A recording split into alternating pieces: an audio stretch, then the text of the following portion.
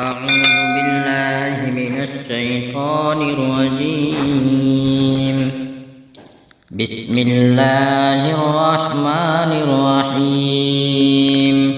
والمرسلات عرفا فالعاصفات عصفا والناشرات نشرا فالفارقات فرقا فالملقيات ذكرا عذرا أو نذرا إنما توعدون لواقع فإذا النجوم طمست وإذا السماء فرجت وإذا الجبال نسفت وإذا الرسل أقتت لأي يوم أجلت ليوم الفصل وما أدراك ما يوم الفصل ويل يومئذ للمكذبين.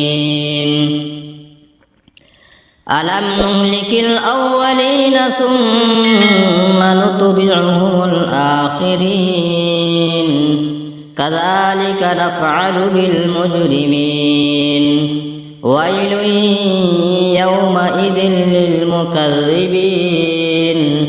ألم نخلقكم من ماء مهين فجعلناه في قرار مكين إلى قدر معلوم فقدرنا فنعم القادرون.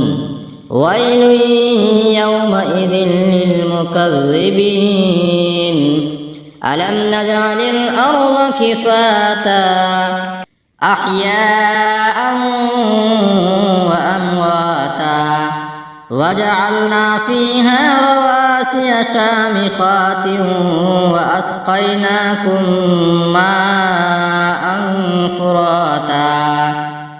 ويل يومئذ للمكذبين.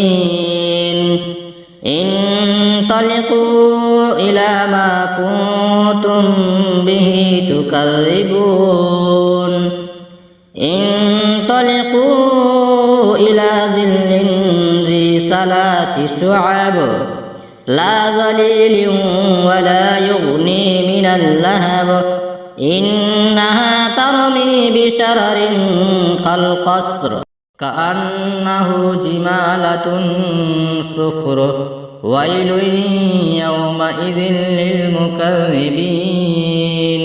هذا يوم لا ينطقون ولا يؤذن لهم فيعتذرون. ويل يومئذ للمكذبين. هذا يوم الفصل جمعناكم والأولين فإن كان لكم كيد فكيدون. ويل يومئذ للمكذبين. إن المتقين في ظلال وعيون وفواكه مما يشتهون. كلوا واشربوا هنيئا بما كنتم تعملون إنا كذلك نجزي المحسنين. ويل يومئذ للمكذبين.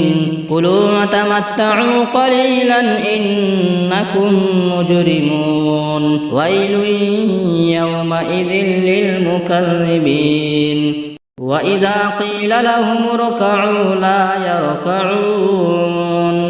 ويل يومئذ للمكذبين. فبأي حديث بعده يؤمنون.